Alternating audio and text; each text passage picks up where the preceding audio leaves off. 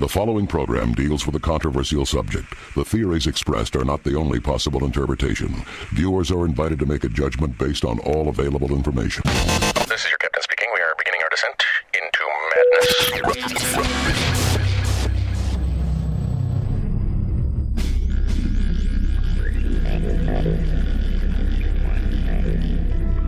Open your mind.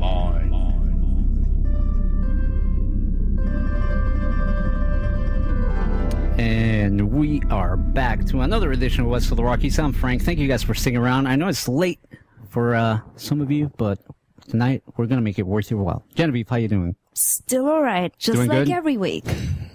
That's always good to hear. It's Sunday night, it's West of the Rockies. How could I not be doing well? Yeah, no, you know what? And I'm really excited because, like I said at the beginning of the program, I'm really excited for October. I quite enjoy Halloween. I enjoy all the spooky, It's scary... my birthday, that's all I have to say. And it's your birthday, yeah. I mean, if you're fortunate enough to have your birthday on Halloween month, I'm sure you have a very cool theme party. At least I would. But tonight, to continue with that theme, we have a really, really cool guest, which I will allow you, Genevieve, to introduce. So, if you would. All right, well, for this evening, we've got Huston Huddleston on air. He's a writer for TV and film. He's the CEO of new Starship Foundation and the founder of both the Hollywood Science Fiction Museum and the Hollywood Horror Museum. The son of Oscar-nominated composer Floyd Huddleston, as well as singer Nancy Adams, Huston's been drawn towards the creative arts for years now.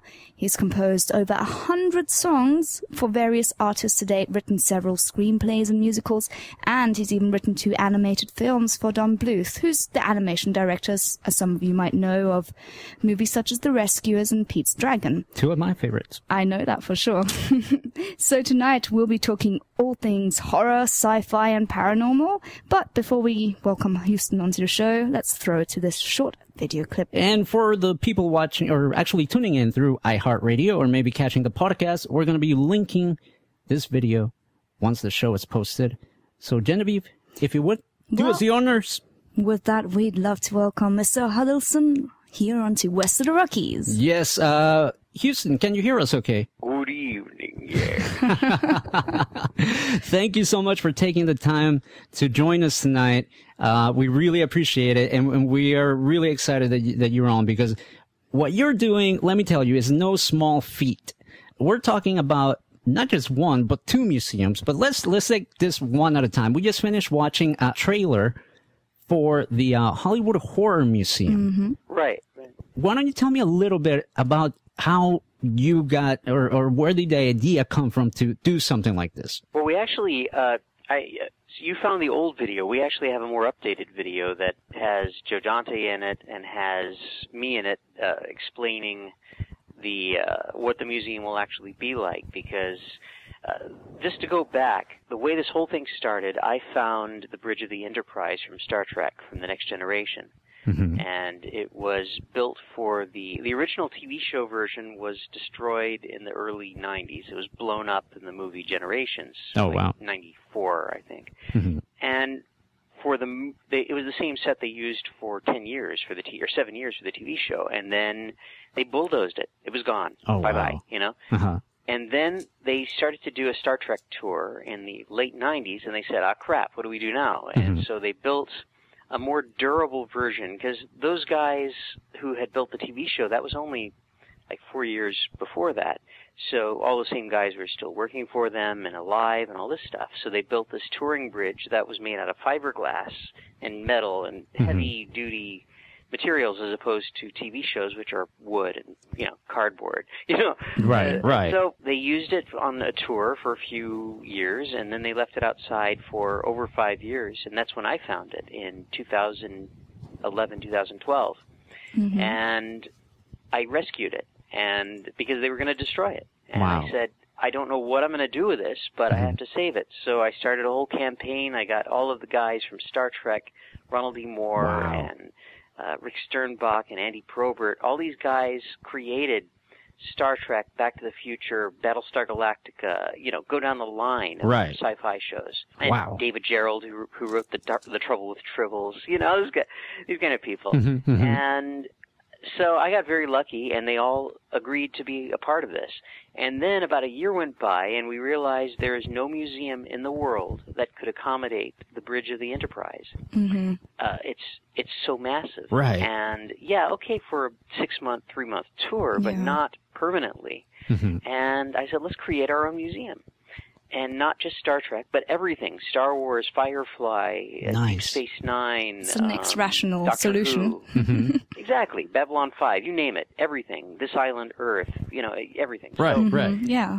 That's how that began. And then last year I started getting offered props that were gory and could be construed as sci-fi, but were still extremely scary, like Alien and Predator and The Thing, John Carpenter's The Thing. Oh, nice. As well as things from True Blood and other stuff. And I said, there's no stretch of the imagination that we could say that this is sci-fi. So now that we're finally going into tour our horror or sci-fi museum for this coming year, I said, let's try to develop a horror museum, and I'm not going to spend any of the money up front from our sci-fi museum. Let me see if I can do this for no money and see what I can do. So I called up Joe Dante, and I called up, Clive Barker and Tom Holland and Sarah Karloff and Victoria Price, Vincent Price's daughter, and all these people, and asked them if they would be a part of this. And within 1 month, I got our entire board of directors. And we just did a Kickstarter. We raised a bit over, I only asked for about $21,000. I think we raised $23,000. Oh, so wow. We're on our way. We've got the money we need to get to the next step. And that's all I care about. It's funny, I grew up watching, a lot of sci-fi movies, and I'm a big horror movie fan.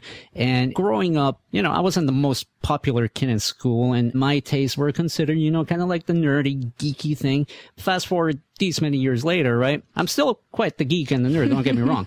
But it seems that sci-fi and horror, the genres have become more accepted to the point where they're almost mainstream. Why do you think that is? Why do you think there was that shift to where we are now? Here you are about to open not just a small exhibit, but museums dedicated to these genres. I think it has to do, well, first you go back however many years that sci-fi has been popular, but it's never been mainstream. The most mainstream sci-fi has ever been is Star Wars, and even that you'd still have the hot, cute girls say, oh, yeah, I don't, Right. That sort of mentality. And because, that's not, okay, that's boys stuff, but that's, and I don't agree with that because the girls I knew loved Star Wars, Star Trek, all these things. Right. And cool horror things. But again, I knew weird girls. So I didn't know the girls who were all into the makeup and the trying to, the mainstream stuff. I knew the ones who had other interests. But then came these Marvel films.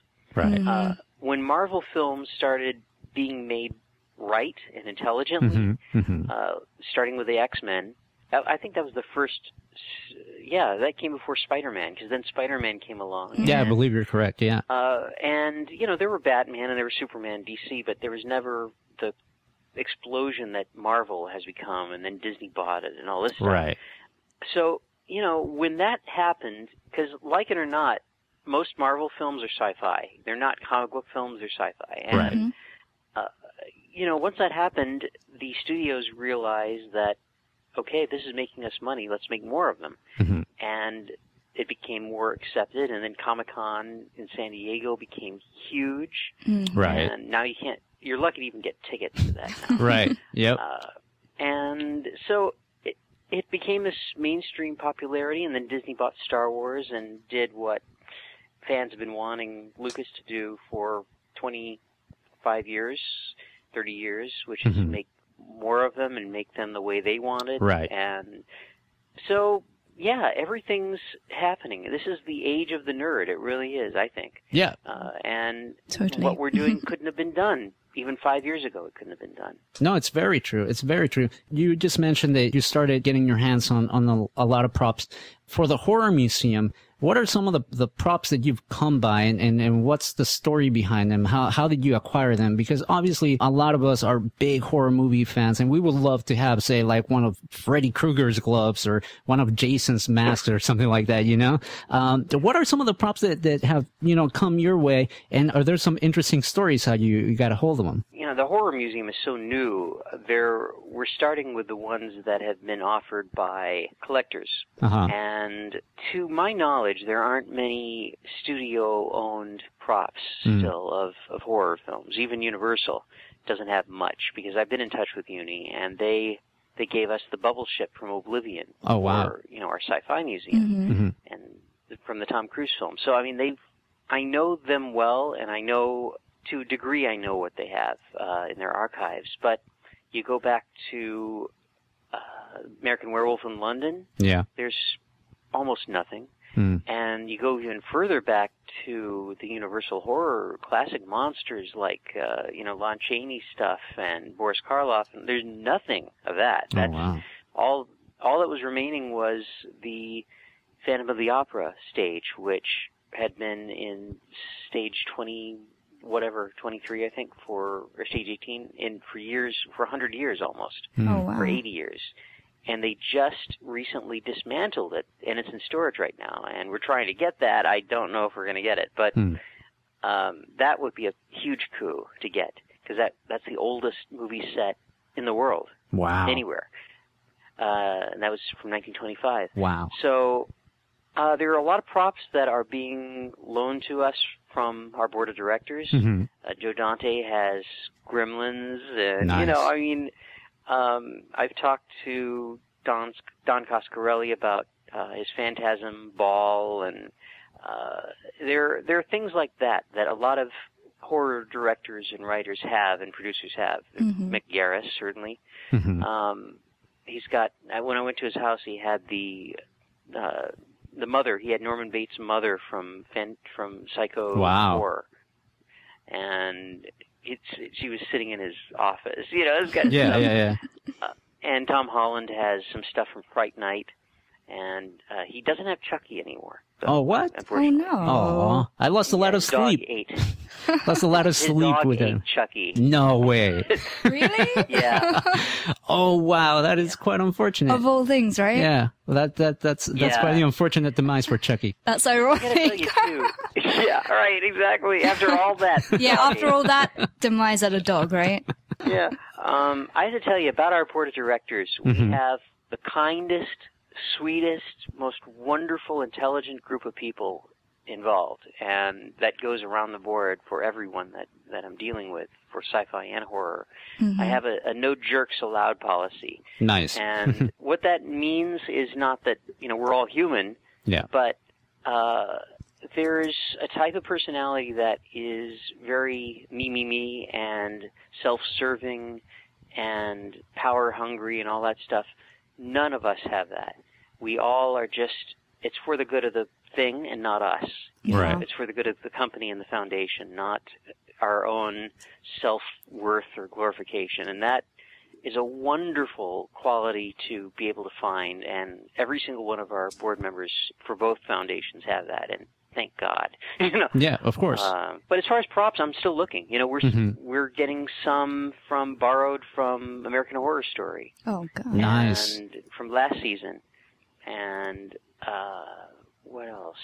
There's a Jason mask I know about that I'm trying to get on loan, because these things are worth thousands of dollars. We can't allow. They're not going to just give them to us, but they'll loan them to us. Okay. And protect them and insure them, and put them on display for thousands and thousands of people to see, and that's the best we can do right now. Obviously, you know, this year we've lost some iconic figures of the sci-fi and horror genre. You know, we lost Wes Craven, Roddy Piper from one of my all-time favorite movies, They Live, and Leonard Nimoy. Yeah. What do you hope to achieve with this museum? What is the main goal of the horror museum and the sci-fi museum? It's not only to protect, but also to display and inspire to people, because the sci-fi and the horror museum aren't just different genres. They're completely different types of museums.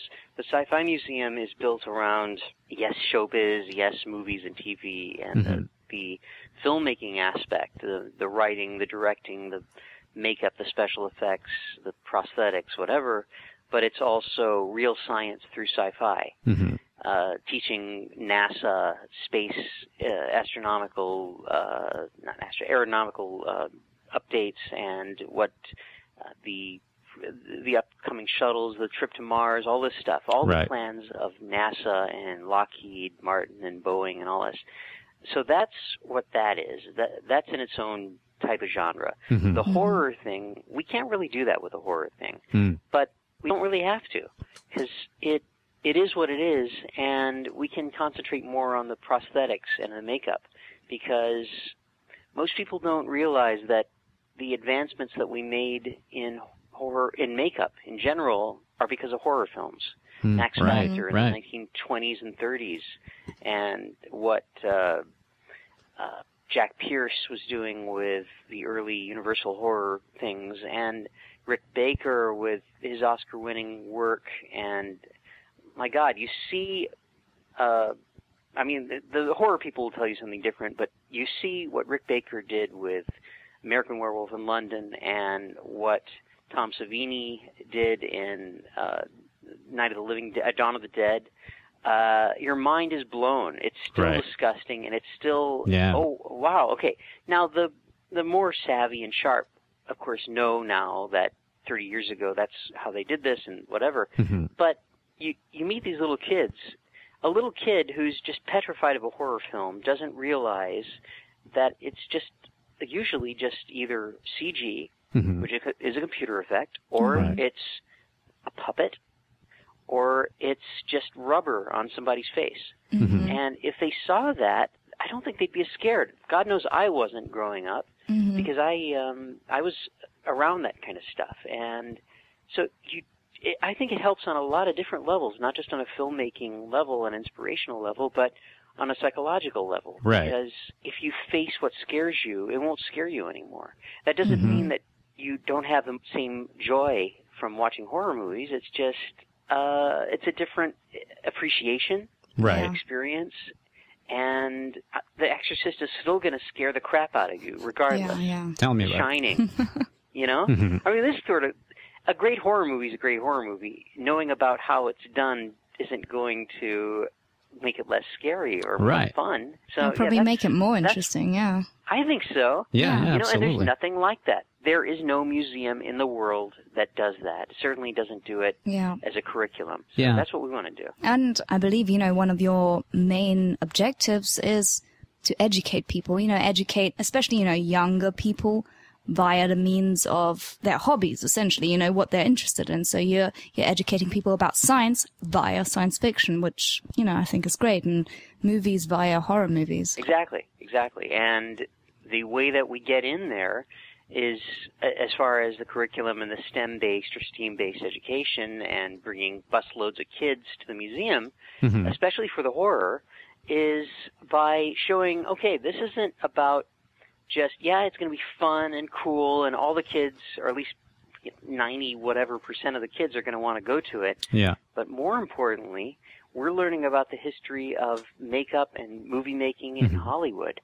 And it being in Hollywood is such an important thing for that, because that is our history and our legacy. And they're in our own city, there isn't anything like that, which is, I think, despicable. No, you know, it's funny because I was thinking about that, you know, preparing for tonight's show, and I remembered how much I enjoyed an exhibit that happened, I think, maybe like 2 years ago over here at the LA County Museum of Art, and it was a Stanley Kubrick exhibit.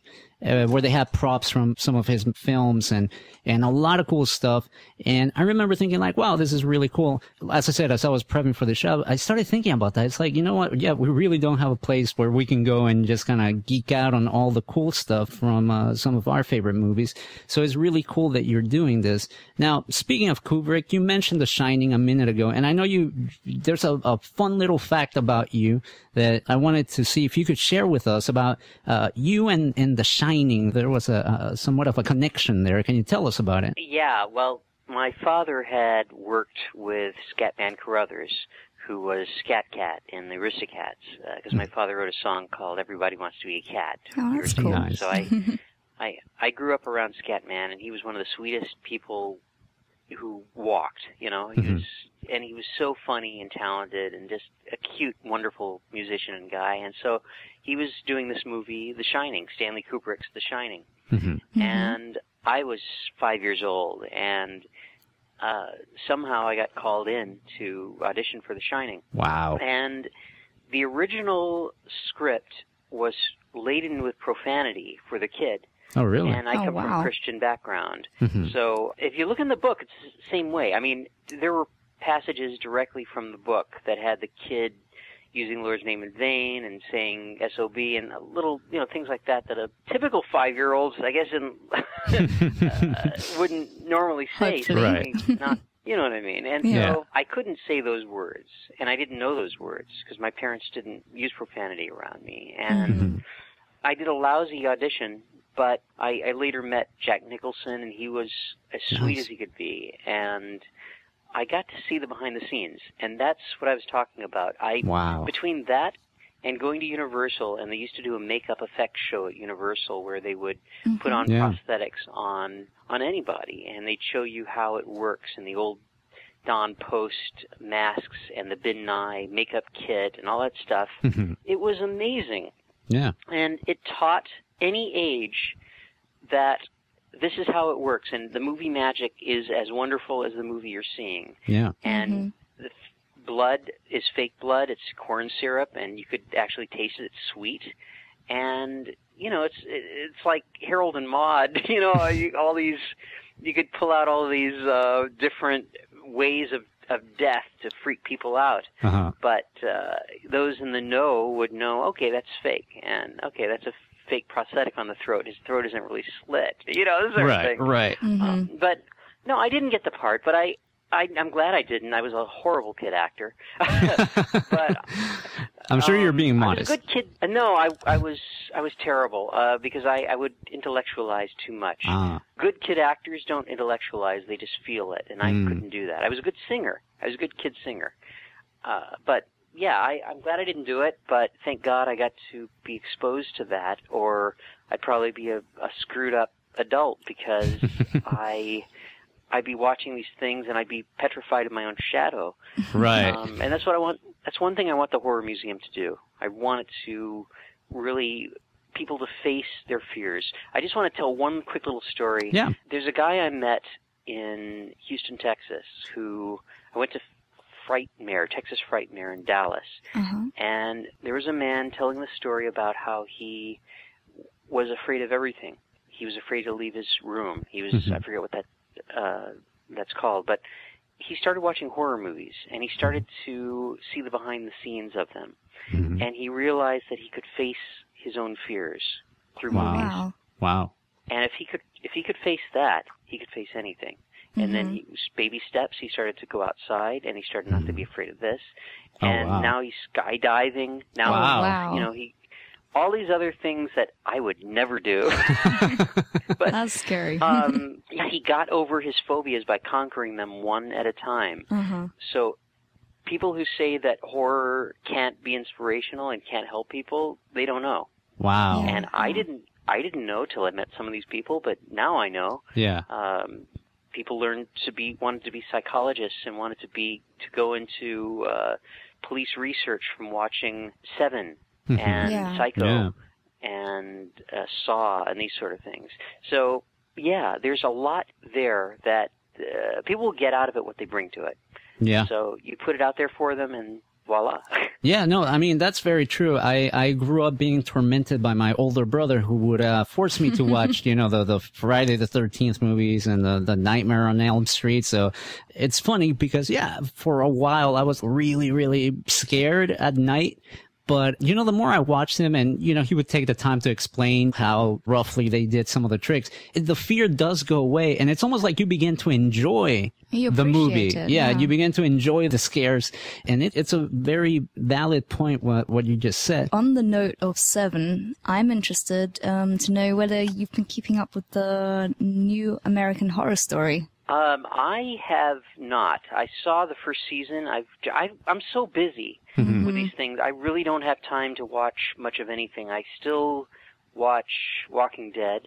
And in fact, one of our board members is Jennifer Lynch. And tonight's episode, she directed.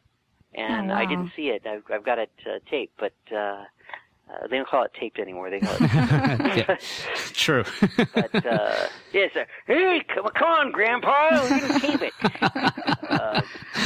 But no, I haven't, only just because I've not had the time, but I want to. I know that some seasons are better than others. I heard my friends told me last season was brilliant, and one of my great friends, Michael Goy, is the director of photography on there.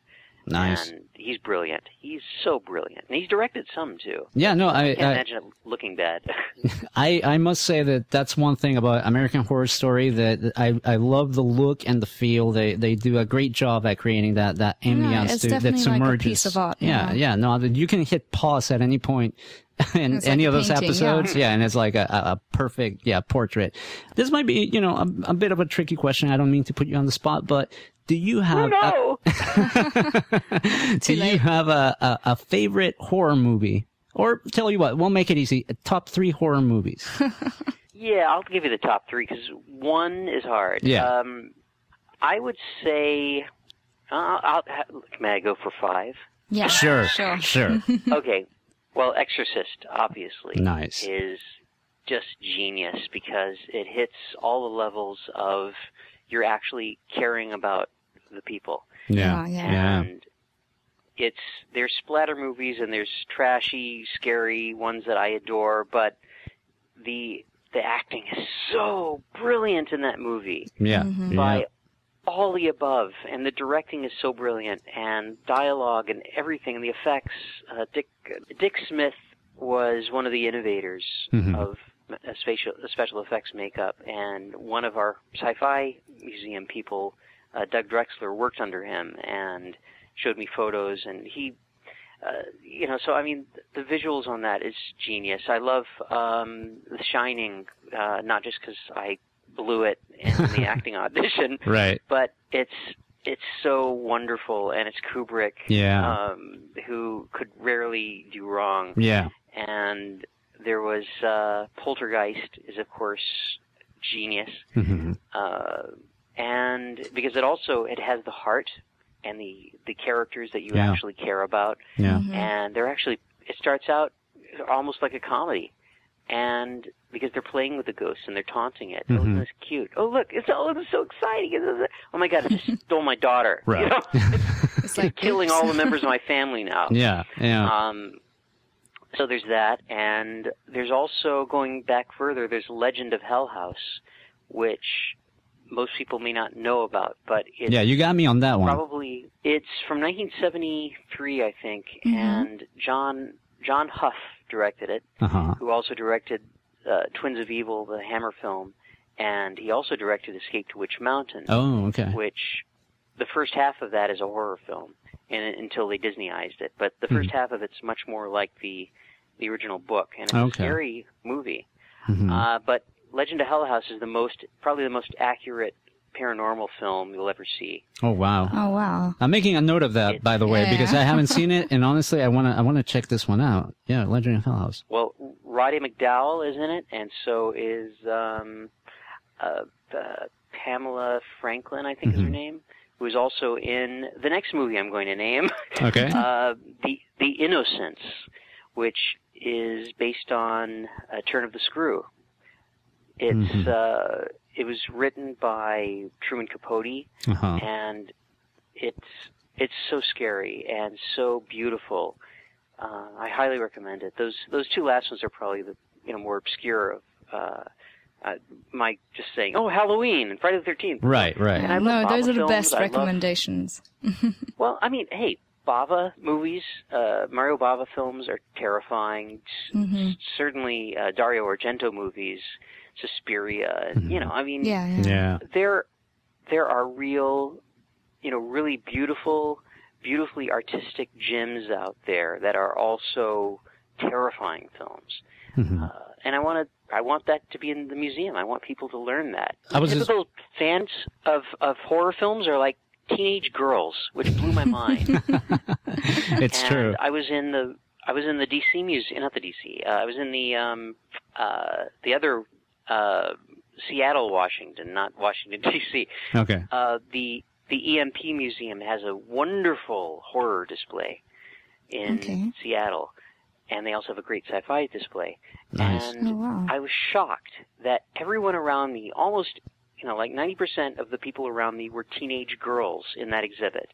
Not boys, girls. Wow. And they were giggling and they were running around and, oh my God, look at this. Oh, and they, Wow. And I was like, boy, you know, all the boys around here are complete wimps. That's got to be a bizarre experience, seeing all these girls running around giggling. Yeah. I couldn't believe it. And I was shocked by the demographic. And if they learned the behind the scenes of the thing and saw and were exposed to these amazing Italian films that or Japanese films or French films or German films, or even just going back to American horror from the 30s and 40s and 50s and 60s and 70s, the British films, The Wicker Man, and these, you know, I think it would give them a completely different perspective. And I'll get off my soapbox. No, it's quite all right. Now, I was going to say that you have a really good top 5 list, and like I said, the last 2 I definitely want to check out, and the first 3 actually made my own list, but the yeah, sure, you just said that. I know, I'm just trying to get pointed. But you know, and I want to know Genevieve's list too. I know, yeah. Too. I'm all for decision making. Okay, don't ask me. you got a few minutes while I'll be here for hours. I talked to Huston about this because you know the other 2 films, if you could tell us your thoughts on them. One that really scared me was Rosemary's Baby. That was one. And the other one that terrified me as a kid, and even to this day, if I watch it, like I still get a little bit spooked, is the original Nosferatu. What can you tell me about those 2 films in particular? Are those some of your, maybe not top 5, but what do you think of them as a horror movie? Oh, they're both classics. They are both absolute genius classics that not only scared people and inspired people and got ripped off by keep on going down the line. People may be making horror films now that saw something that ripped them off, and they don't realize the original source of, oh, wow, that, you know. Well, certainly Nosferatu, going back to German horror, which is, I mean, Cabinet of Dr. Caligari and but that whole period of 1920s pre-Nazi German cinema it inspired and keeps inspiring the most artistic from its German expressionist period. And Fritz Lang with Metropolis, with sci-fi, that all came out of that period. And you look at that and your mind's blown of how, and my gosh, Francis Ford Coppola just, you know, he ripped it off shamelessly for his Dracula in the 90s. Yeah. Max Schreib or something. Yeah, it was something like that. Yeah. Genevieve is part German, so she can help us with all these. Max Schreck. There we go. And Tim Burton homaged him in Batman Returns. When he did all the German expressionist look to it, he named one of the characters Max Schreck, which was played by... I'm interested to know if that was ever his stage name. Walken. Oh, yeah. But I'm interested what was that? to know if Max Schreck, if that was ever his stage name, because it means fright in German. I genuinely don't know. Yeah. No, that's interesting. No, I looked him up because I was curious. A couple of years ago, I looked him up, and he made quite a few movies, and did a lot of plays. But who knows if that was his real name? No, but Yeah. he went down in infamy because of that film. Right.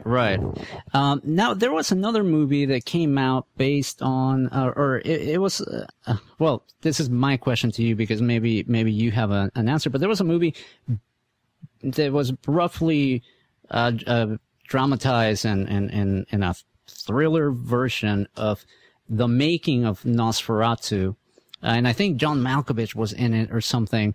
And I can't remember. Shadow of Vampire. There you go. Yeah, that's the one. Yeah. Oh, wow. Was there any, I mean, because that's a pretty disturbing movie in and of itself. And, you know, being a fan of the original, I was all over that movie. But was there anything, you know, factual about it? Because let me tell you, that was a pretty disturbing movie. You know, with anything, I mean, there's a friend of mine, Larry Karaszewski, who also did Ed Wood, and Oh, nice. you know, he was Just my friend, you know. you know him? No, I'm just saying you've got pretty cool friends. Yeah, I know. Oh well, yeah. Well, no, he's not a buddy. We don't go, you know, the house together. But I mean, Still pretty cool. He's a great guy, and he's Yeah. again another really lovely person, another good person. And all these guys are friends. Joe Dante and all these guys are buddies. Yeah. But no, there's always truth to certain things, and then you get to the jumping point as a writer, and you sometimes, you know, if the story isn't crazy enough, you have to incorporate certain things, and they were telling a certain kind of story for that, so there's a lot of embellishment, and it wasn't trying to tell a true story in that movie. But let me tell you, I almost believed it because the original is pretty, like I said, it still scares me to this day. And watching that, I was like, yeah, this could have possibly happened. Yeah, I can't remember that much about it. I just remember they're going certain places that it didn't, at least I've never heard it actually going. Who knows, he might have been a real blood-drinking vampire. You never know. Yeah. You know, we were watching... And I heard he was a nutty guy, so... Yeah, no, we were watching a clip the other day of the original Nosferatu, and I was telling Genevieve, you know, it's so crazy when you look at... You know, when I look at old movies, I don't look at them as just old movies. You know, I try to get in that mental frame of mind of the audience that watched it when these movies came out. And I just picture myself seeing this movie for the first time. Yeah. You know, nowadays it's such a simple effect, right? The vampire rising up from the casket. But back then, that was just terrifying. People had no clue how that was done. And to me, again, that's the charm and the beauty of some of the older horror films. Now, in your list, you reference Poltergeist. It was in your top 5. And Genevieve, I hope you're getting ready. I'm buying you time. I'm buying you time. I can throw a few movies that I like. You just don't ask me for my one favorite. Okay. But in Poltergeist, obviously, you know, it's a family that's in a house, and they're experiencing some real serious paranormal activity. You mentioned that you're currently living in a house where there may be some weird stuff going on. Do you care to tell us about that? No. Yeah. Next question. Yeah, that's called the real jerk. You know, interviewee. That's when it's like, no, I don't. Full of Brando. Like, I don't want to talk about. No, I'd rather talk about the Indians. That's a great impersonation, by the way. Yeah, well, I base it off of John Belushi's Brando. He used to do a Brando that was on the National Lampoon Radio Hour. He'd go like, so it's an impression of an impression. So it's twice as good. It's a meta impression. Wow. Oh, yeah. Well, there's, you know, damn it, Jim. I'm Dr. Nada. He never said damn it, Jim. Scotty, you know, Kirk never said beam me up, Scotty. True. Yeah. All these, but you know who did say it? Impressionists. We're doing impressions of these people, and it took on. Yeah, it catch on. Yeah, but what was the question again? I can't remember the question. Oh yeah, about the house being haunted. Yeah. I'll tell you, you know, the whole... No, that's pretty good. House, someone had passed away in the house previously, and I had this woman and a dog come in one time, and I always am weary when someone just brings their animal over to jump around and scurry about. And it's because it's kind of not the greatest thing in the world. I wouldn't do it, you know. Yeah. Right. I wouldn't jump into somebody's house and go scurrying around and urinate on the floor personally. Last time I did that, I got kicked out. Yeah, it was. It wasn't cool. Yeah, I wouldn't recommend it. I wouldn't recommend it. Or my girlfriend coming in there. Yeah. So that. And her dog ran into this one room and started growling and ran out. Mm-hmm. And she goes, "Oh, this house is haunted. That room, Oh, wow. He senses something. Our dog senses. Great, thanks. I just bought the house. Great to know. Thanks a lot. Really appreciate it. Get out." Right. Oh my. Who does? Yeah. Oh my. Yeah. Who wants to hear that their house is haunted? I mean, and you just moved in there. That's not okay. That's cool, but then it's not cool anymore when you're alone. Right. And at night and in the dark. Right. So. I was living alone, and I kept hearing sounds coming from the other room. Banging sounds, knocking sounds, all this kind of thing. Oh, my goodness. And I'd go into that room, and it wasn't the water pipes, it wasn't the floor, it wasn't the so-and-so. Mm-hmm. And it never happened when I was in that room, only when I was in the back room, and I could hear it coming from the other room. Mm-hmm. And finally, I'd just scream, "Shut up, I'm working in here!" And it typically would stop. Oh, wow. So, that's no, moved furniture or any poltergeist activities. But, yeah, but now that there are more people living in the house, my mother now lives in one room, and I've got a friend living in the other. That doesn't happen really anymore. I think ghosts are typically noisier when number one, when they're alone, but number two, when there's energy, like in museums, if there's a lot of energy going on, and then that night, they make noise and do things. Right. That's what I've heard. Because obviously, in Poltergeist, there is the stories of some very unfortunate things happen on the set. And, we know that the little girl passed away, and a lot of people said, that the whole production was more or less cursed or haunted, and they brought somebody to try and do a cleansing and things like. Do you believe that is possible? And have you heard of something similar happening maybe on the set of another horror movie by any chance? Well, The Omen, of course, and they said a little bit of The Exorcist, although I think that was kind of BS for The Exorcist.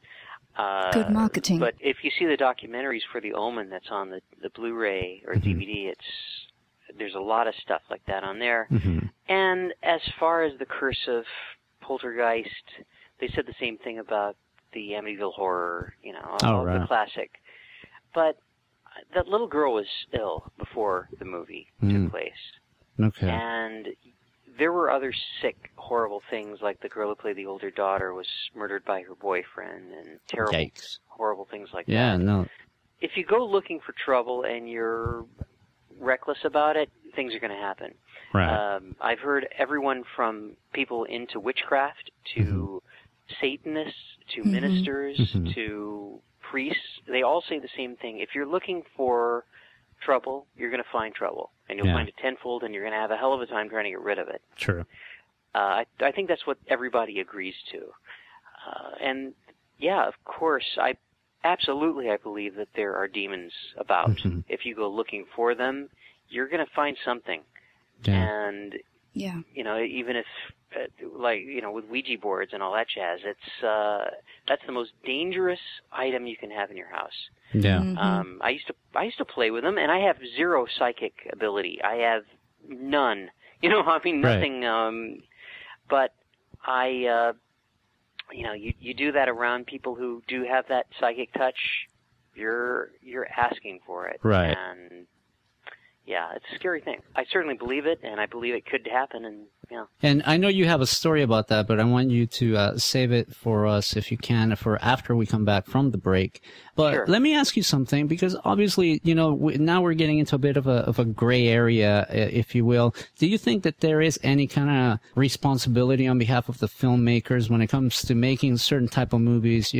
Obviously, a lot of horror movies use, the Ouija board as a centerpiece to what's happening, or witchcraft, and et cetera, et cetera. And obviously, a lot of people watch these movies and and they get excited about it and they want to try it themselves. It's almost like there's a fine line there. How do you see that, or how can one come to terms with that? I mean, are we underestimating our audience's intelligence by thinking, oh, they're just going to run out and do this recklessly? Or how do you see a situation like that? Well, I can tell you on a filmmaking level, the truly intelligent directors and producers will not allow people to just screw around with stuff like that. It starts in the writing. It starts with the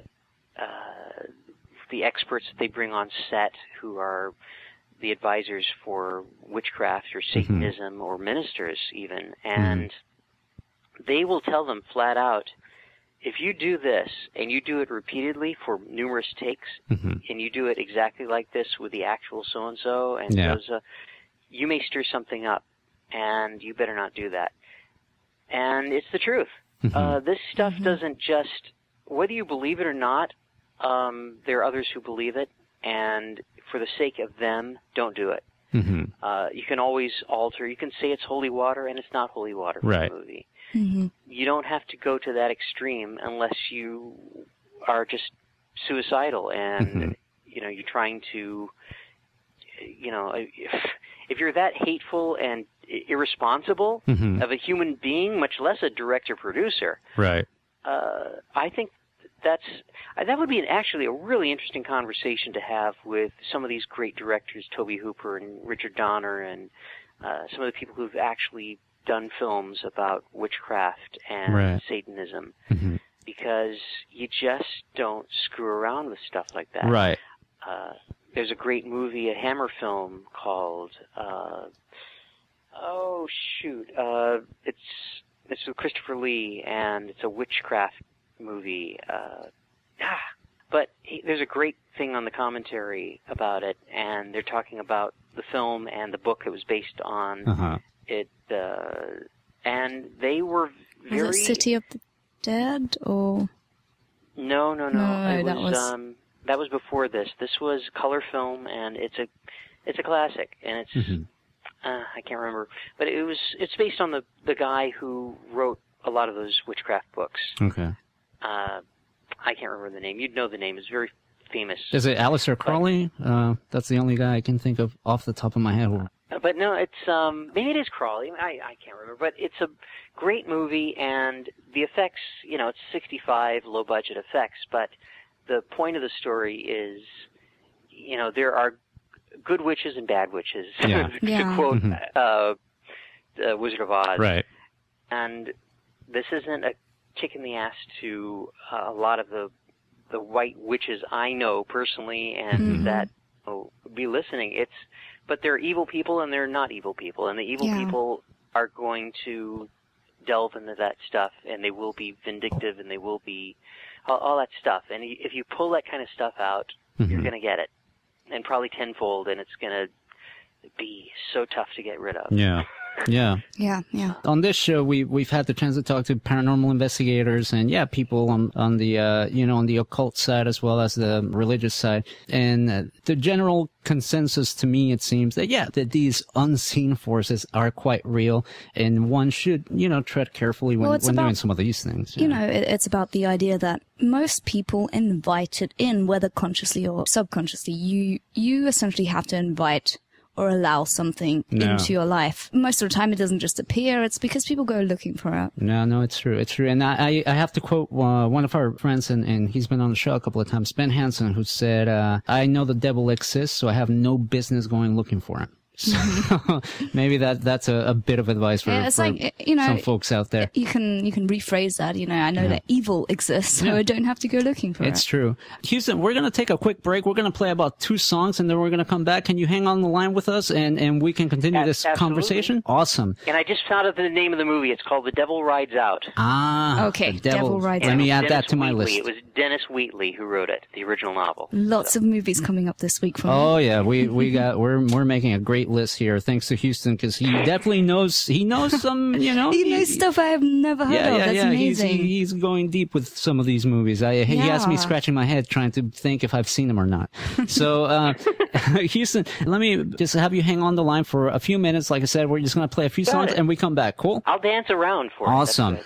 I wish we could see it, but we're going to have our friends tuning in to just enjoy some songs. When we come back, we're going to continue this conversation. As you can tell, we're going there tonight. We're talking all kinds of scary, spooky stuff. And when we come back, I want to talk to Huston a bit about the Sci-Fi Museum, because there's a very, very important date coming up this week. I'm just going to say that.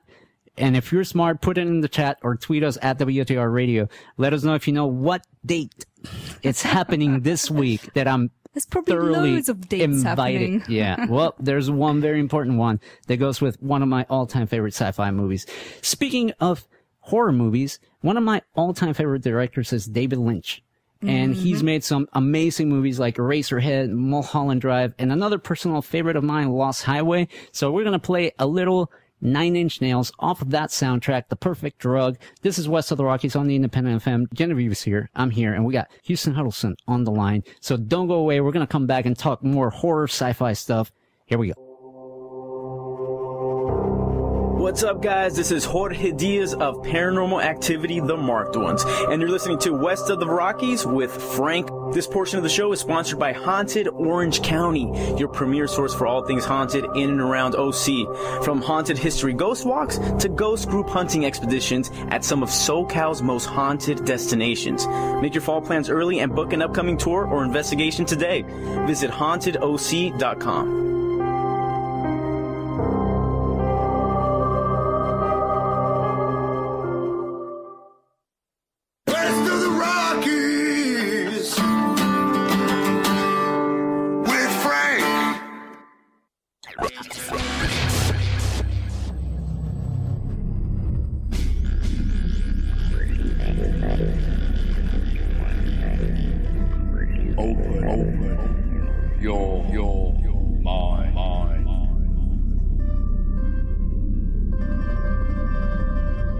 And we are back to the second hour West of the Rockies. I'm Frank. Thank you guys for sticking around. I know it's late, but boy, are we having a blast tonight. Genevieve, how you doing so far? Doing good? I'm doing really well. I mean, I feel like I suddenly knew nothing about horror movies. Oh, no way. To Huston, it's like, wow, my knowledge really Are we having sucks. some insecurities You know, coming out right now? Yeah, I mean, there's these movies I've never heard about. I'm like, wow. Well, don't feel too bad, because believe me, he's gotten me so far in about 3 or 4, at least the ones that I'm jotting down right now. Yeah.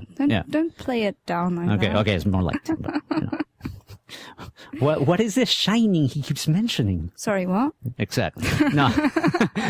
Real quick, guys, as always, I'm Engineer Frank on Twitter, West of the Rockies on Facebook. You can also follow the show on Twitter at WoTRradio, and check out the website, of course, WoTRradio.com. A lot of cool stuff there for everyone to check out.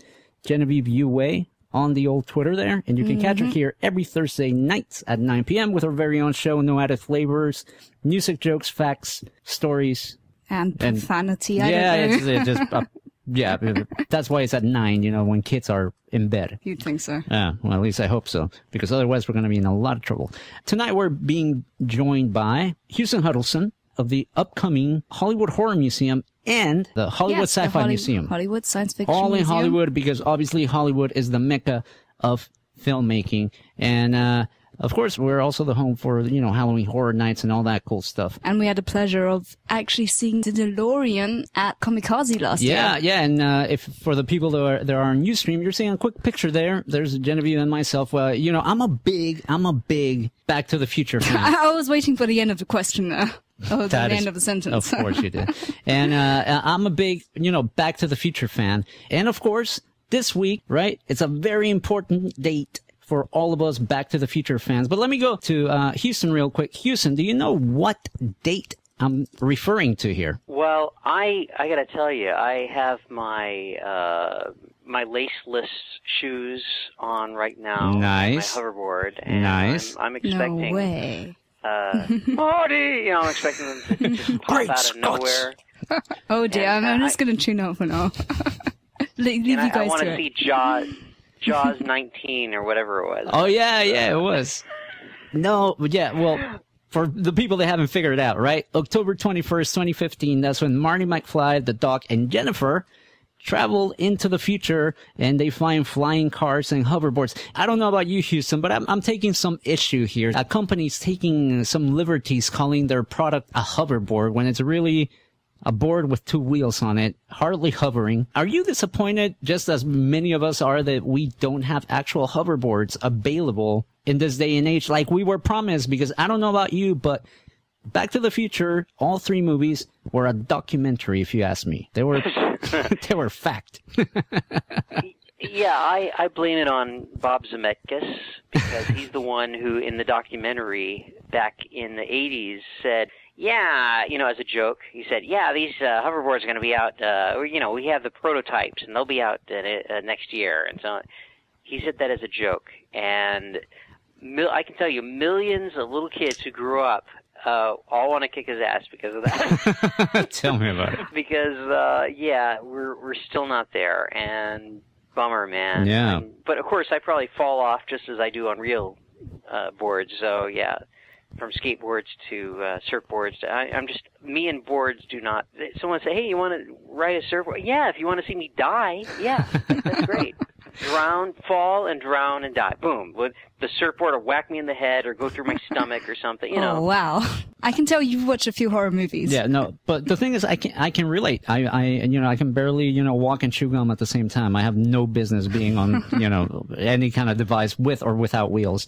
But let me ask you something else, Houston, because obviously, and I'm sure you know that one of the most iconic scenes from the Back to the Future movies was, when they do the first test run in a mall parking lot, the Twin Pines Mall. In reality, it was the, Puente Hills Mall here in the city of La Puente, or Puente Hills, I should say. Yeah. Not too far from downtown LA. And I was reading that apparently they put the Twin Pines sign back up, and they have the truck and a DeLorean out there for people to go, and they're going to be playing like the trilogy I believe it's an AMC in that mall. That is so awesome. Isn't I it? didn't know that. Yeah, so maybe, we should make a little field trip out there or something. Because, I would love to. Yeah. I've just invited myself. So for all the people who are in the Southern California area and want something cool to do, you got until Wednesday though. I think that's like the end of it, of course, to go and get your tickets. And yeah, they have that big white truck where the DeLorean was in and a DeLorean out there.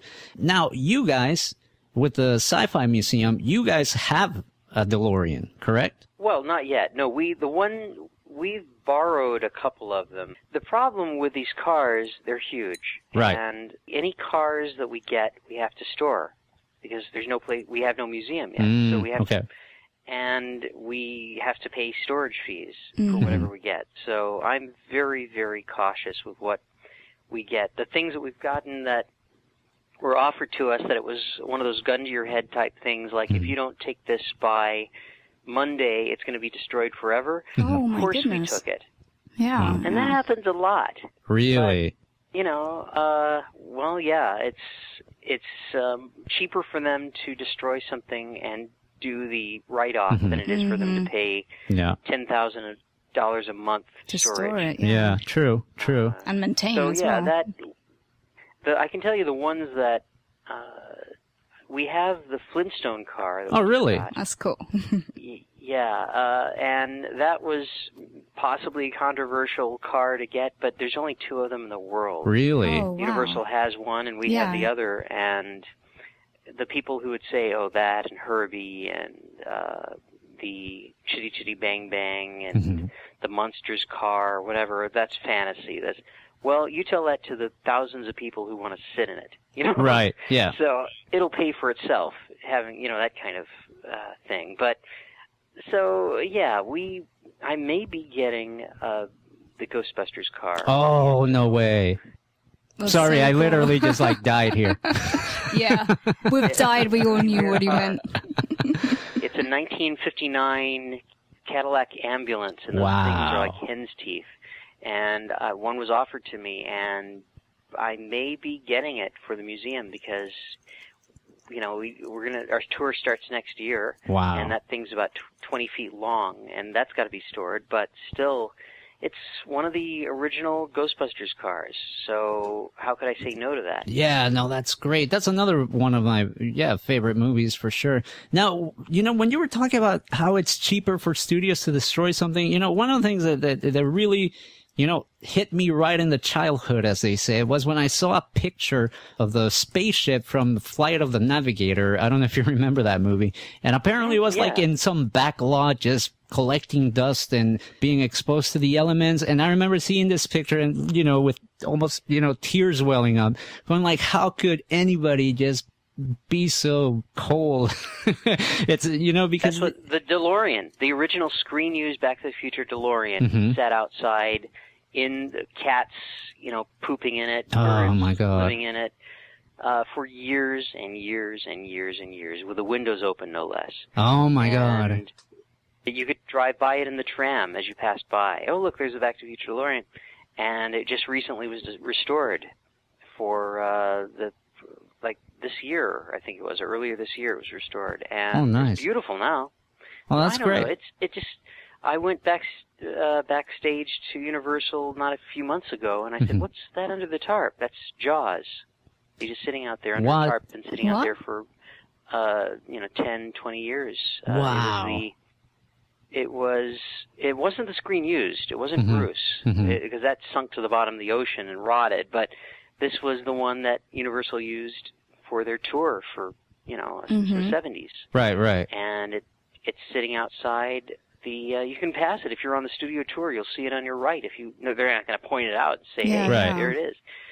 But it's under a tarp, and you'll see a fin. What else is it going to be? Right. So, and I'm trying to get that. I'm trying to put that in our horror museum. I'm on it, man. I'm not letting any opportunity. And they said, well, it's got to be passed by Steven Spielberg. Well, pass it by Steven. Right. Let's talk to Steven. Of course. Let's see if he says no. Does he want it sitting outside rotting, or does he want it in the museum? Yeah. Well, and that's the thing. I mean, I can't believe that all these iconic things are just out there. But luckily we have Huston, who's taken it upon himself with an amazing group of people, and hopefully gather all these things that I think played a key role in our growing up and watching movies and being fans of movies. And movies do define people's, childhood and lives a lot of the time, honestly. Yeah, no, it's true. Absolutely. And you know what? I have a clip here about the Hollywood Sci-Fi Museum that I would like to show. And again, if you're catching the podcast or listening on iHeartRadio, we'll be linking this to our interview once we post it on the website. But I want people to check this out real quick and see a little bit of the work you guys have been doing, putting together this Hollywood Sci-Fi Museum. So let's give it a listen.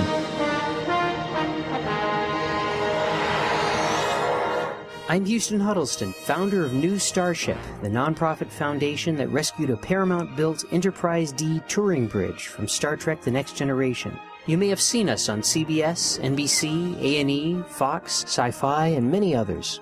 Our nonprofit 501c3 foundation has been supported by people from all over the world, including many celebrities from Star Trek, as well as people who just wanted to sit in our captain's chair. I'm Ronald D. Moore. Our board of directors includes the original writers, producers, and artists behind Star Trek, Battlestar Galactica, Firefly, Back to the Future, Tron, Terminator, and Iron Man, just to name a few. And our two newest board members, NASA's Elizabeth LeBlanc and two-time shuttle astronaut Catherine Coleman.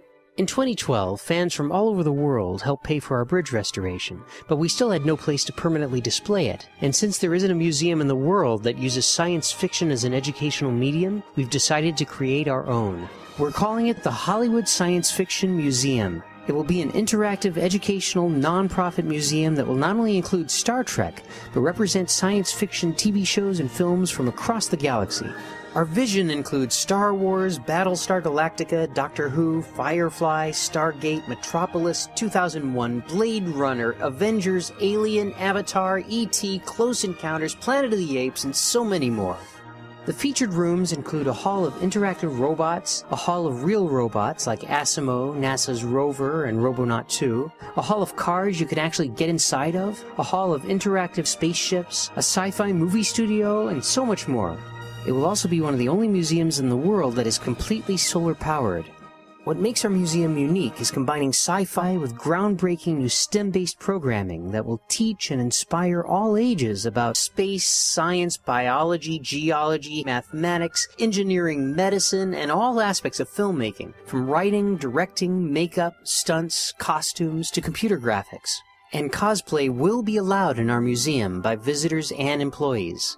In 2014, our museum Kickstarter raised over $93,000, thanks to thousands of fans, hundreds of news stories, and many sci-fi legends donating and spreading the word. Specifically, George Takei, whose 7 million followers donated over $50,000 in only 3 days. By 2018, we plan to open up our permanent Hollywood Science Fiction Museum, which we hope will be the mecca of all science fiction.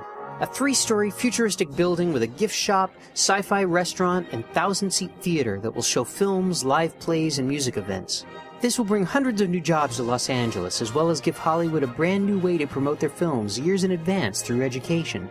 But first comes our 2015 Preview Museum. This Preview Museum will prove that a sci-fi museum that teaches real science actually can work. To find out more about our museum, it's like geek heaven. Go to our Facebook and Twitter or join our mailing list at HollywoodSci-Fi.com. A science fiction museum is something everyone seems to want, particularly in Hollywood. Help us make it so. Oh my God. Houston, can we make it any sooner than 2018, please? Well, the tour that we're doing will be what will pay for a great deal of that museum. Oh, really? Because, we're going to be traveling around the world. We've already got offers from Japan. Oh, wow. From what is it? Japan, China, Korea. Not Korea. I can't remember the other. Interestingly enough and sadly enough, most of the offers that we've been getting for the tour are not in America, which is really, really sad and criminal to me. That there would be venues in other countries who would give more of a crap about sci-fi than America would. Wow. That's despicable to me. Wow. But I'll tell you, when we have the money to do what we want, we're sure as hell going to do what we want. And we're going to make all those things happen exactly the way we want it to happen, with the hotel and the restaurant and the gift shop, and make it a downtown Disney type of thing in North Hollywood, where it's... Because City Walk is just one subway stop away, so you put it all there. You've got your own venue right there. It's a very safe family environment that you don't have vagrants trying to take your kids to another country, or it's Hollywood is a scary place. I mean, let's just be honest. If you're on It's where all the tourists go, but there are a lot of weirdos and creepy people out there. I don't want that for this. I want this to be a safe family environment. Yeah. I guess that means I won't be able to get in, but okay, that's fine. Frank. All right, let's just moving on. No, but that I was down there just last night. And there's. Yeah, and they let me in, so hey. There is hope for me then. Honestly, I mean, this is really fascinating stuff. Let me ask you about, I feel that science fiction plays a very important role in our lives. I know it might sound like a bit of a stretch, so I will elaborate a bit. For example, obviously, who can forget Jules Verne, right? And even more recently, with the announcement of water on Mars, and now, all the eyes of the world collectively are on the red planet, we look back at movies like the original Total Recall and stuff. It's funny and scary how a lot of things that at one point were science fiction. I saw a comment in the chat that iPads and tablets are very sci-fi now. The technology that we have now, it's things that we probably could have never dreamed of, but you are able to see some of it in some of the older movies. Even Back to the Future, there were things that Back to the Future got right, like Skype and things of that nature. So what's your take on sci-fi? Do you see science fiction as something that more people should be open to and exposed to? Well, in certain ways, certainly it's the whole reason this whole thing began wasn't just to say, hey, we can make films, and oh, isn't this cool, and oh, here's Robbie the Robot. Uh-huh. It was tied in directly with NASA's programming and Lockheed Martin's programming to make sure that the advancements of this little tiny planet would be exposed to people, and they would see how valuable it is that if we don't do something about this planet, it's going to go bye-bye, and none of us will be able to breathe, and the global warming is just going to get worse. And, you know, all this stuff. They need to have something that is not just somebody preaching at them, but showing them options, showing them, okay, this can change. Right. If this is where your talent lies, to become a scientist or to become an astronaut or to or the medical profession or whatever it is, these things can be done. We have to do this to get to here, and we need that to get to here, and this needs to be solved before we can do that. But it can be done. We can go to warp speed. We can, whatever it is. Right. And on an energy level, I think I mentioned it in the video, we want our museum to be 100% solar powered. We don't, all these other museums, I know of one other museum in the world that's not, that is solar powered, and it was made to be that because that was its pitch. I think it's owned by Toyota, and it's in Japan. But all of these other museums are all plug-in, and it would cost way too much for them to start from scratch to do that, and they can't justify it in their budget and all this stuff. Well, I want us to, our very entity, to be teaching by showing this can be done, and this can be done this way, and cars don't have to work by fuel, and Tesla and hybrids. I have I just got a hybrid car. I can't afford a Tesla, but I could afford what's the Toyota? The Prius. Prius. I just got a Prius. That's nice. I got a used Prius, Okay. and it's about 2 years old, and it's already saving tons of money in gas. Wow. And I don't want us to be hypocrites here. I want this museum to be fun and cool and all that stuff, but I want us to practice what we preach. And that can happen. It may cost a little more up front, but do it. Yeah. You know, what are you saving by doing that? Yeah. Yeah. It's true. No, it's very true. You know, I was, I partially grew up in England, and I was amazed I would have never when, guessed. Right? By the way.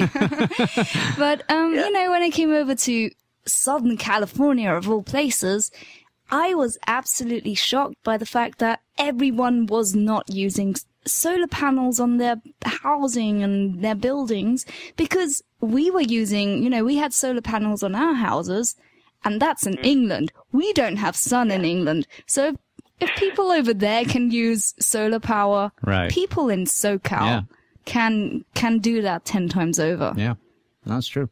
Right. Shout out to Professor Madness in the chat. He's saying, Frank, I can say right now, get this guest back ASAP. 2 hours is not going to be enough. I would agree. We're having a lot of fun with Huston Huddleston tonight of the Hollywood Sci-Fi Museum and the Hollywood Horror Museum. And we're talking all things sci-fi and all things horror. And you know what, Huston, let's shift gears and let's go back into the horror genre, because I know Genevieve, you've had plenty of time. Okay, so now we got to hear your picks for horror movies. What are All right. Well, you know, I don't do favorites, but one thing I can say is I love my French horror. Okay. And I don't know why, but I have a special place in my heart for a movie called Martyrs. I believe it was by Paul Laugier, and it's incredible, you know, in terms of the storyline. It almost has two storylines. It has a first part and has a second part, and it's gruesome. It's disgusting. Right. But it has a storyline. But just check it out, Martyrs. It's different. It's so different, and it has this weird philosophical undertone, you know, in the way that French movies just randomly throw stuff in there. And I guess, you know, in that vein as well, that I love this movie called Frontiers. And again, French horror movie. It starts off almost American, you know, these people going on a bit of a road trip and end up at this weird horror hotel type of place. But the French go hardcore on that stuff. Dude, really hardcore. You're gonna have to give me the spelling afterwards, because obviously my French is not. No, these two movies are just, and one more movie again. And I'm not even sure if it can be classed as a full horror movie, even partially a horror movie. But it was a book originally, The Cement Garden. I don't know if you've heard of that, but one of my favorite actresses is Charlotte Gainsbourg. Charlotte Gainsbourg, yes. That's one of my favorite films, too. Yeah. Oh, no, she's amazing. I mean, even in movies like Antichrist, you know, it was a weird movie, but aesthetically and in terms of acting, you can you know when the people in it are good, even if you don't like the storyline, you know, or even if it's weird. But yeah, no, it's The Cement Garden. It's that weird type of horror.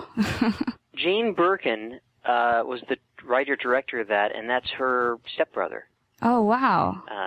I had no idea. No, uncle. Sorry, it's her uncle. That's who it is, because his sister is Jane Birkin, and Jane Birkin was her stepmother. Okay. Because Serge Gainsbourg was her father, so that was the tie-in there. Oh, wow. But, I had no idea. I love her. Oh, my God. Oh, she's amazing, right? Fearless. Oh, wow. Fearless actress. What was that, the Lemming movie that she did? Such a bizarre movie. It was called Lemming. I watched it in German, but in Germany it was called Lemming, I believe. It was strange. She does the weirdest movies, but she carries them off. I don't know how she does it. Well, anyone who would have the guts to be in a Lars von Trier movie is A1 in my book. Exactly. He just, boom, here's the line. Okay, we start over that line. Dogville and you know, Idiots, all that stuff. Right? And what? No, don't mention, about the Nymphomaniac. Oh, wow. They had volume 2 as well, right? Yeah. Oh, God. Just fearless actress. Yes. And I was talking about her just literally today. Oh, wow. And I was talking about Cement Garden, and I was also talking about a wonderful movie she did. Sorry to go off on a tangent. No, please. You named one of my all-time heroes of acting. She did a movie called The Science of Sleep by Michel Gondry. Wait, and I can't remember the storyline, but I think I've seen a bit of it. It's a very personal movie. If you want to know anything about Michel Gondry and his life, watch that movie. It's brilliant, and she's wonderful in it. And it's hard not to fall in love with her from any movie she makes, because she has this purity about her. Yeah. And just, oh gosh, wonderful actress. And she'll take any really role. Sick films. Yeah. Yeah, right. She will, and she'll make it good. It's astounding to me. Specifically, French actors seem to be fearless, much more fearless than American actors. Definitely. American actors are typically little spoiled brats that come out of the Hollywood TV, we're going to play safe environment. And then you've got these French actors, and a lot of British actors are the same way. Yeah. Best example of the world, there's a movie called Blue that was with, Juliette Binoche? No, not that Blue. Binoche. Not the It's a German actress. Not the Christoph Kieslowski. Yeah, Juliette Binoche, and it was Christoph Kieslowski was the director. There you go. And there's a scene where he asked her to walk across.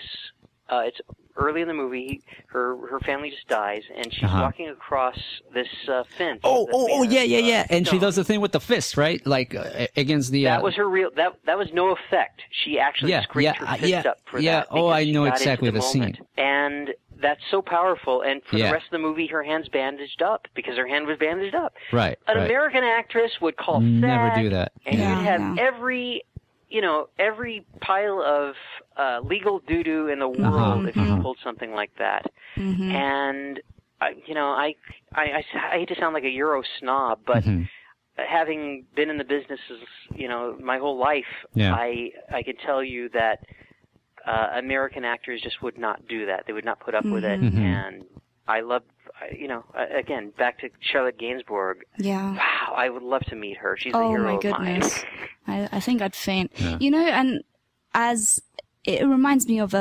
Diana Kruger as well, or Diane Kruger. I don't know how you say it here, but she does mainstream movies. But you look at her IMDb filmography, and she's doing all these French movies and German movies in between that you don't hear about, but she'll do them even if they don't pay, half as much as the American movies, and that's what I respect. And Jodie Foster did the same thing when she was pretty much all throughout her career. She has made French films that no Americans ever heard of, but they were important to her because they were brilliant directors or whatever. Yeah.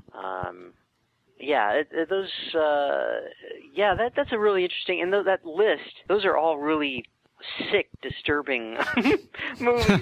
Awful, but it reminds amazing. me of another French, High Tension, it was called, Haute Tension.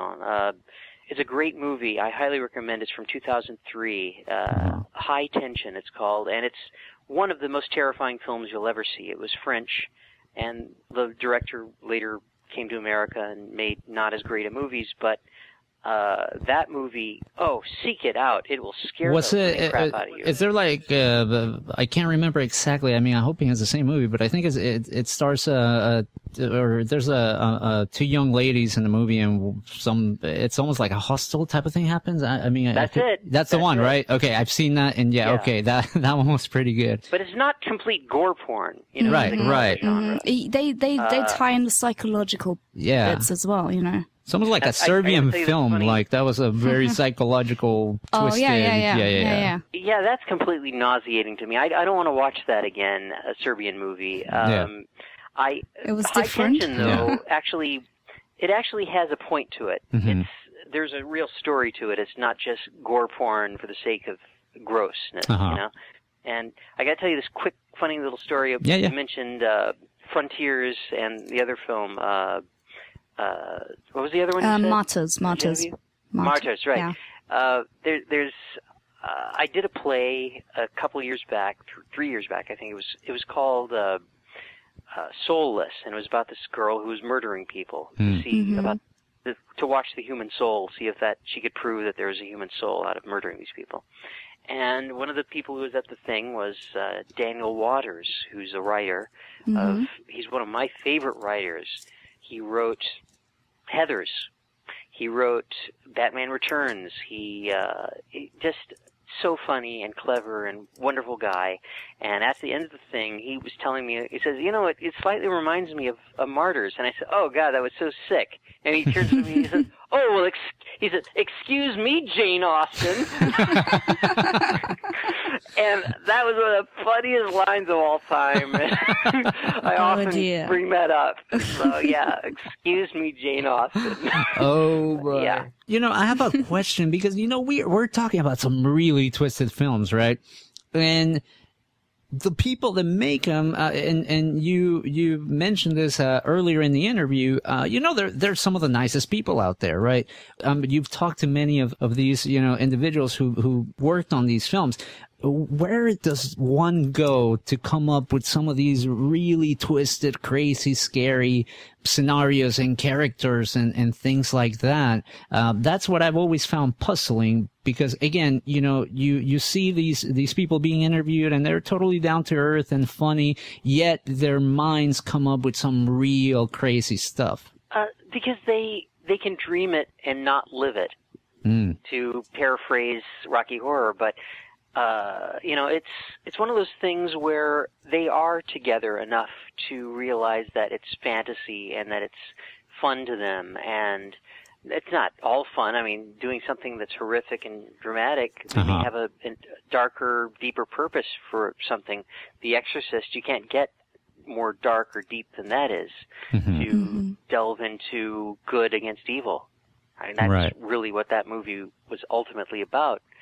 And Peter Blatty has said many times that was his, that was his Christianity, that was his Catholic movie. Wow. To try to show that there is evil in the world and there is good in the world. And if one can conquer the other, You may go through hell to get there, Right. but you get there. You can get there if you really want to.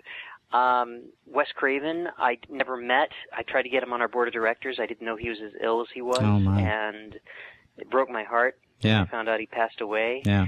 But everything I know from some of our other board members, Mick Garris and Joe Dante, he was one of the sweetest people ever, and the same goes for all of, none of them are bastards, all of them are really sweet, lovely, wonderful people, and, they're loving people, they love their families, and it could be a dream. It could be your research in seeing the horrors of the Crusades, the Children's Crusades, or the Inquisition of the 1500s, or the witch burnings. All this stuff exists, and then you delve into, okay, let's use this as a parable or an analogy of something, and try to say something, not just scare the crap out of you, but actually have a moralistic message that you can inspire people. I'm doing it on the most blatant level with these museums, but you can do it in subtle ways. If you can touch someone, if you can reach to somebody who may want to kill themselves, and they realize that this crap that I'm going through will subside in a day or so, and there's more to living than there is to dying, and you can bring something to somebody else instead of just your petty me. I'm going through hell, my life's crap, so-and-so. Yeah, but is it worth living if you can bring happiness to somebody else? Yeah, no, there's a lot of heavy stuff in these films. And, you may just say, oh, it's just about scaring the crap out of it. Well, sometimes they're trashy, crappy horror movies, but other times the deeper ones are really about something. Yeah. Exactly, which is why, I like these movies, like I said, with the philosophical undertones, or even if it's not trying to convey a deeply profound message, it's the fact that it's enlightening you about some aspect of, human understanding or something. You learn something. The ones where you come away and you just don't learn anything and you're just freaked out, but like uncomfortably so, those are the ones that you need a purpose, when you make anything, any form of art. And without that purpose, it isn't much, really. Is that? I don't know. Sorry, I kind of rambled there. No, I agree with you, and it's like I said, that I believe from the get-go, the characters are the thing. If you don't care about those characters and really not just relate, oh, that's me up there, any schmuck can do that. Yeah. But the ones like The Exorcist and The Shining, you actually care about those characters. Yeah, you need that character development as well, which a lot of movies don't do nowadays, Yeah, well, I mean, you could. I know, TV shows maybe more. Well, you have the time, Yeah. You have the time now in these horror shows. Walking Dead, my God, it's a drama. Right. Really. Yeah. It's true. It's true. I mean, and feel free to correct me if I'm wrong, but it almost seems to me like a lot of that just has to do with, a lot of films being tailored to the audiences of today. And audiences nowadays, we're used to instant gratification, through social media and being plugged into all these, gadgets. I feel like people don't have the patience they used to have before of sitting down and submerging themselves in a movie. Nowadays, I feel like a lot of it has to be kind of very fast paced to make sure you don't lose the audience or something like that. Do you see any of that, or could it just be me projecting, my own? No. I mean, there are demographics, and any movie that you're going to see that's a studio film, or even not a studio film that's going to be released by a studio, fits within those demographics. It's PG-13 because we got to get the teenage audience, and if you don't do it that way, you're going to have teenagers or preteens or whatever paying for some little crappy, G-rated or PG movie, right, or PG-13 movie, and sneaking into the R-rated. That's the way they do it. I mean, it's been kids have been doing that for since the creation of PG-13, or product creation of R rates, and that's so you're losing money on the movie that you made because you made it R. So they're cognizant of that, and it's Crimson Peak PG-13 or R. I can't remember. Oh, you got me there. I want to say it's R, but I am not 100% sure. In the old days, you could make an R-rated film like Alien, and you could get kids in there. Yeah. And it would make money. And now you've got to do the PG-13, which you can't show any gore, really. You can't show anything much more than boo. And you've got to have the other formula, which is the kids, the teenagers, and you can't make it too deep because you got, you have to be careful of exactly what you said to not lose their attention. You got to be the so-and-so. You have the relatability of the iPod and the iPad and the so-and-so. I just recently wrote a horror script, and the first thing I did was they're up on a mountain and their electronics do not work. Nice. So, goodbye cell phones. Goodbye tech. Back to old that school. Doesn't work. Now you're screwed. Yeah. Okay, now you have to deal with the elements, and that's the best. Wow. And did you see the movie? It was remade here, but the original was Belgian, I believe, and it was Let the Right One In. No, you got me on that one. Have you seen it? I know. I'm trying to remember what the original It's about a was little called. vampire girl. It was based on a book, and it's called Let the Right One In, and they remade it as Let Me In, I think. With I remember that. It was pretty big in Europe, I remember. The original one you should see. Okay. It's super dark, and it's very sweet, actually. It's a love story between this little boy and this little vampire girl. Yeah, Swedish, right? Or Gory as something. hell. It's scary, and it's gory, and it's disturbing, and it's so wonderful. It's one of the most, I'd say in the last 10 years, it's one of the most satisfying emotionally films I've seen. Oh, wow. And it has all those details because she's a monster, but you care about her. Oh, wow. And at one point, I don't want to give away too much, but at one point she literally hurts herself and knows that she's killing herself because she loves him and she wants to know that he's an immature little kid and she's like 50 years old, but she looks like a little kid. And so she's standing there literally killing herself in front of him because he says, well, why can't you do this? Prove it to me. And she's standing there bleeding and dying. And finally he just grabs her and holds her and says, I love you. I'm so sorry. God, it just tears you up. Wow. No, that's heavy. That's some heavy stuff. That's the kind of depth. Yeah. And you can do it. You can get away with it. I don't know if that scene's in the American version. I don't remember.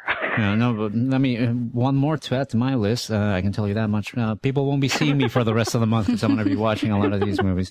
Houston, we're almost out of time, but I can't let you go without asking you if you could share a little bit about, earlier we were talking about, your favorite scary movies and your house and some of the stuff that's happening there. But you also made reference to the Ouija board. We talked about, using the Ouija board in certain movies and things of that nature. And, there are, I believe, certain precautions one should take if one wants to do something like this. But I believe you had an experience with the Ouija board, correct? Yeah, I had the Ouija board described to me. There was a man named Hans Holzer who was a very famous, he was called the Ghost Hunter, and he wrote many, many books.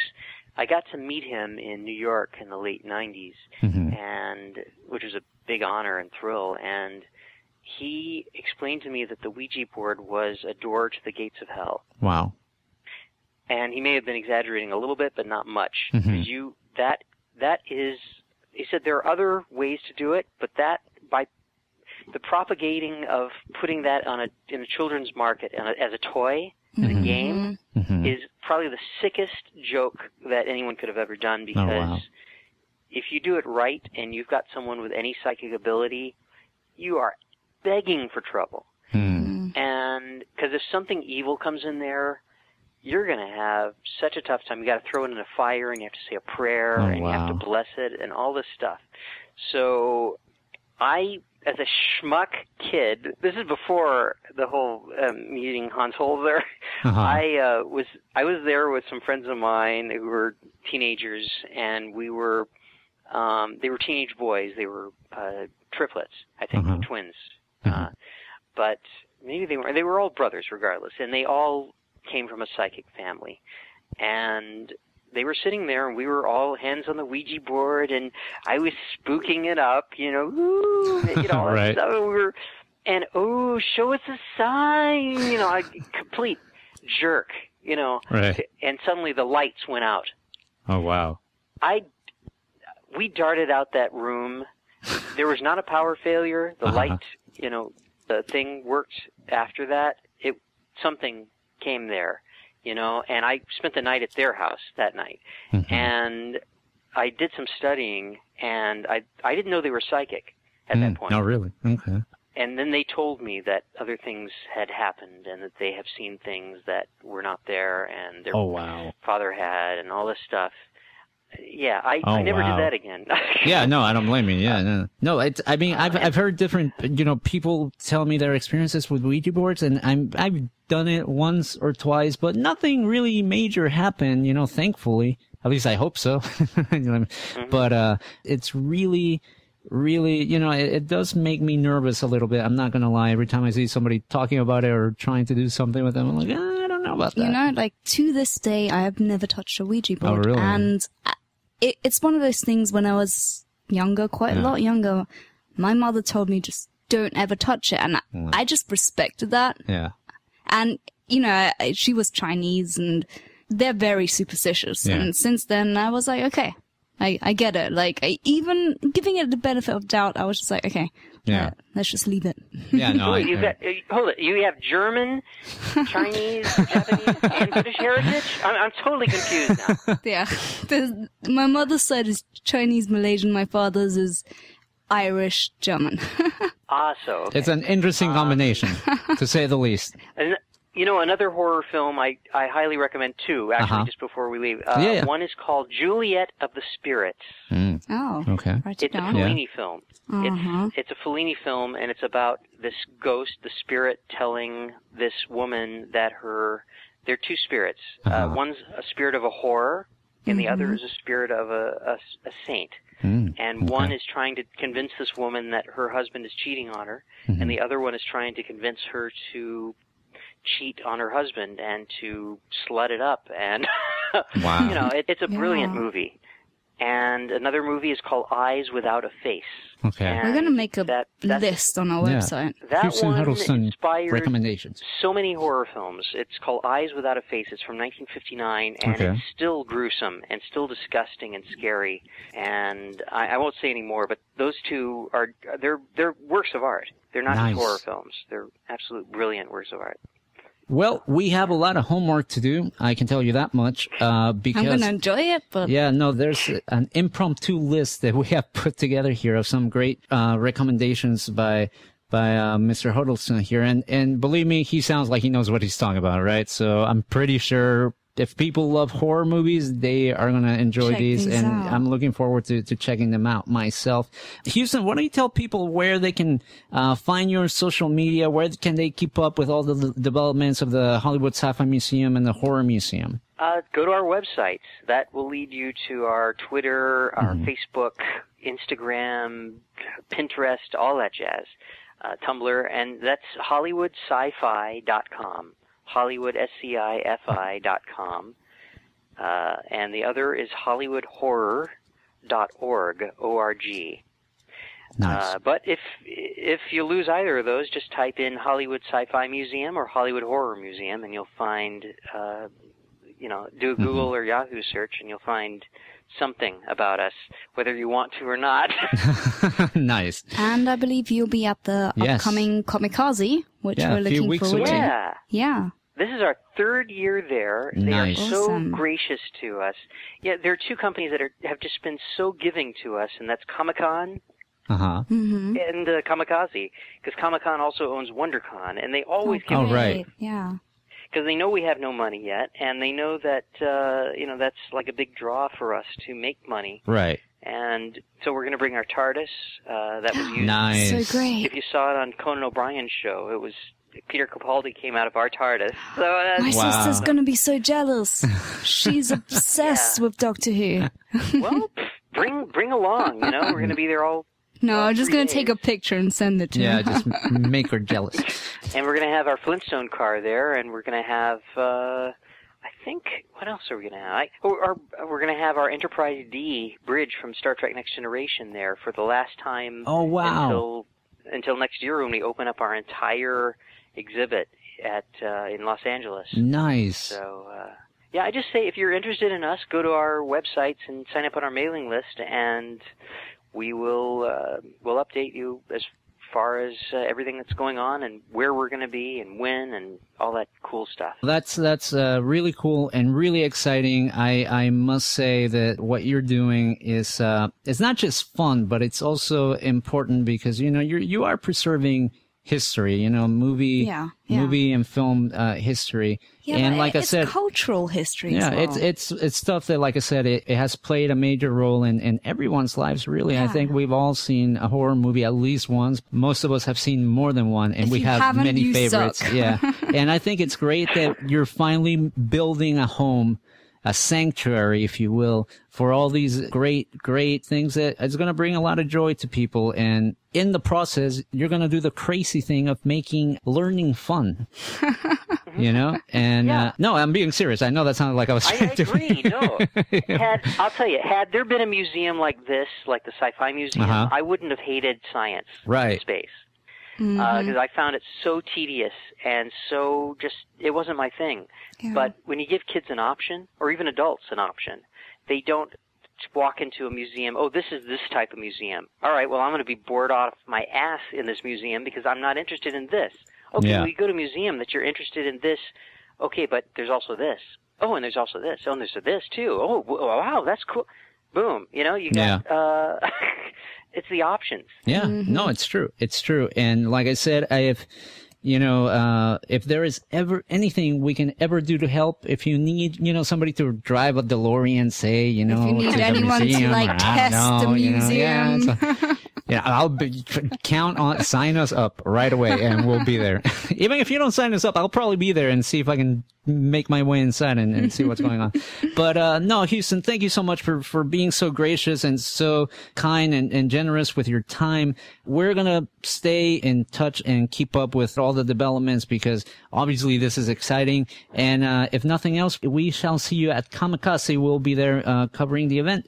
And, hopefully we can get a chance to talk and see what's been happening in the world of sci-fi and horror. Awesome. This was a load of fun. I got to tell both of you, this was a load of fun. Thank you so much. I don't get to talk about horror films that often, really, and I've seen a lot because I've got a lot of friends who've done them, and but because my world's been sci-fi for now almost 3 years, right? With the museum. But another one, Wicker Man, the original Wicker Man from 1970. I heard about that. I need to watch that. Yeah, I've seen the remake, but I heard that I need to watch the original. We're awful. We're awful. I know. Sorry. Did I just lose all my credibility right there? No, I think I did. No. A lot of people did see it. Nicolas Cage, bless him. It was it was not good.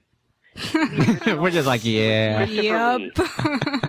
Christopher Lee was in the original, Oh. and it's a masterpiece, and it's unique. There's no movie like it. And I'll name one other rare one that's going to be almost impossible to find in America, but I recommend you're looking for it. It's called it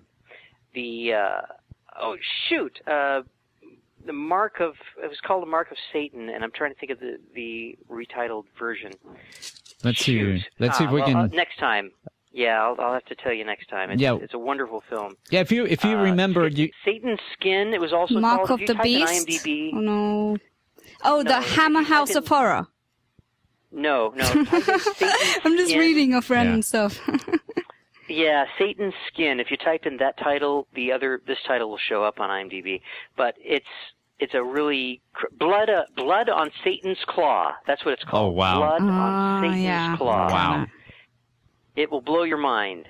The title itself, it really will. Yeah, it's left me speechless. That's quite the title there.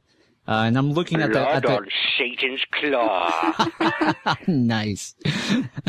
No, I'm looking at the artwork, and it looks, I am I've already started compiling. No, we're gonna have to. We're gonna fix all my chicken scratch here, and we'll be sure to put it on the website, this list, because honestly, it's a great list, and like I said, I'm gonna have a lot of fun checking some of these movies out, and maybe we can have you on the show in the near future, and maybe get an update on how everything is going, and we can talk about some of these movies that we've watched.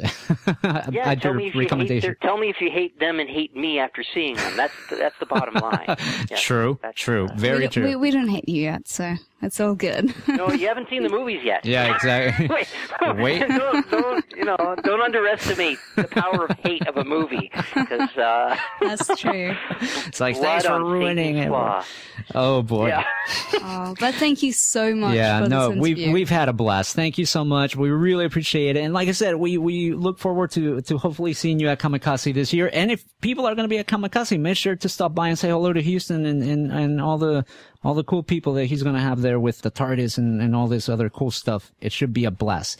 Mm-hmm. Huston Huddleston, everybody, thank you so much for being with us tonight. And like I said, we'll be in touch, and have a great rest of your night. You too. Thank you. Take care. Have a great night. Bye-bye. Good night. Wow.